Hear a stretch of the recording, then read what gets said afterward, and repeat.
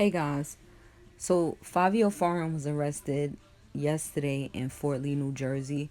For those of you unfamiliar with the area, that is right over the George Washington Bridge, and Fort Lee is the first town when you come over the bridge from New York City into New Jersey. So, according to reports, he was approached by an officer after leaving a vehicle running outside of some sort of establishment. And when asked for license, registration, or ID, he walked off or ran off. It was said that police officer called for backup, and ultimately, Fabio was apprehended somewhere nearby. But they're claiming that when those backup officers reached him, that he refused to stop, there was a struggle, and a firearm fell from his waistband. Now, they are also saying that the recovered weapon was wiped clean of the serial number. And as we know, that is a very serious charge. I know he was arrested in Jersey, but it is similar to New York City. There's virtually no legal gun ownership here, except for whether you're law enforcement or your job requires a gun, then you can get a permit. The other thing that I'm going to have to assume here is that it was a loaded weapon. That is yet another very serious charge.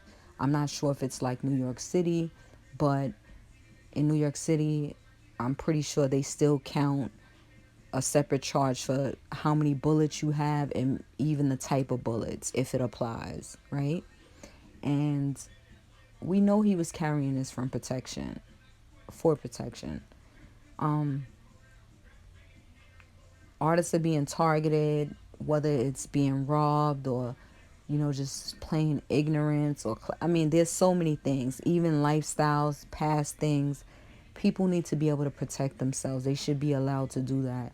It's just like Dirk says, don't ask me why I walk with my gun because these niggas are killing the artists. So we know that that's why he was carrying his gun, and that's why I can assume it was loaded, because what use could it be to him if it was not? Now the other thing is that the other very serious charge is that it was on his person. It wasn't in a car, and he didn't, I imagine, as he probably was trying to do, get a place, a chance to toss it. And I don't, I understand that, because if he thought he would have to be a far enough distance, because if someone was on his heels and they see him reaching for something, he definitely could have ended up shot or killed by police if he appeared to be reaching for anything and they were close to him. So I just want to say this about Fort Lee.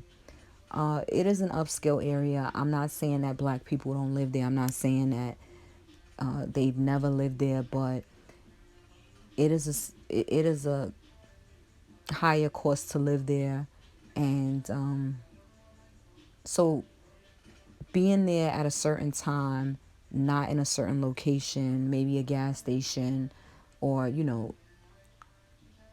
certain areas, or a certain time, a black man with tattoos with braids may stick out like a sore thumb in these areas. And I'm not saying that's what happened here, but I'm saying that it's possible.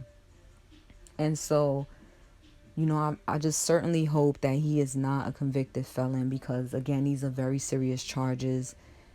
Even for a person with no record, and a criminal record makes it that much more serious. And, just tired of seeing so much tragedy and negativity following these young men who are trying to, pull themselves out of negativity.